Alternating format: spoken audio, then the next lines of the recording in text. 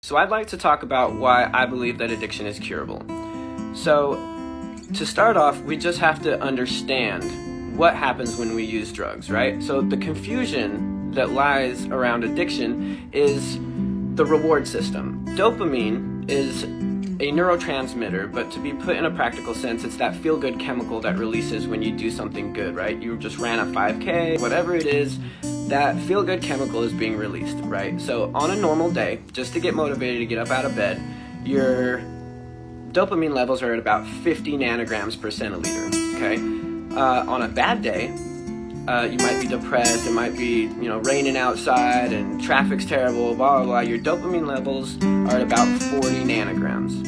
Now, on a perfect day, you wake up, the sun's shining, there's no traffic going to work, you get in there, you get to work and your boss is like, hey, great job yesterday, you killed it. Your dopamine levels are at about 100 nanograms. Now, to be put in perspective, when you use methamphetamines, your dopamine levels are at about 1,000 nanograms, right? Or opiates are under that at about 800 to 900 nanograms per centiliter. For people who have used drugs from an early age where the brain is susceptible to neuroplasticity, or for people who have prolonged drug usage, you can see where when their actions were to use in a situation that was difficult.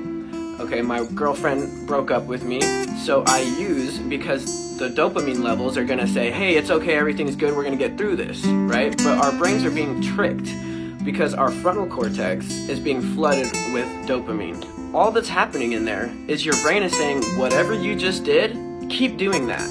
And when it's flooded by 1,000 nanograms, you can see why your brain says, hey, continue this behavior, we're getting through this. But it's just a false sense, right? Because of that frontal cortex is where it's like the administrator of your brain, right? It's what's telling you what good decisions, bad decisions, and the difference between them. Confronted with a situation where I'm depressed, my girlfriend broke up with me, my relative died, whatever it is, the healthy behaviors that release dopamine are what you need to get into and what help you break those neural passages of addiction and say, oh, well, that's not working for me anymore. What is working for me? Taking a run, going out in the sun, things like that release dopamine, that say, hey, whatever's happening right now, continue this behavior.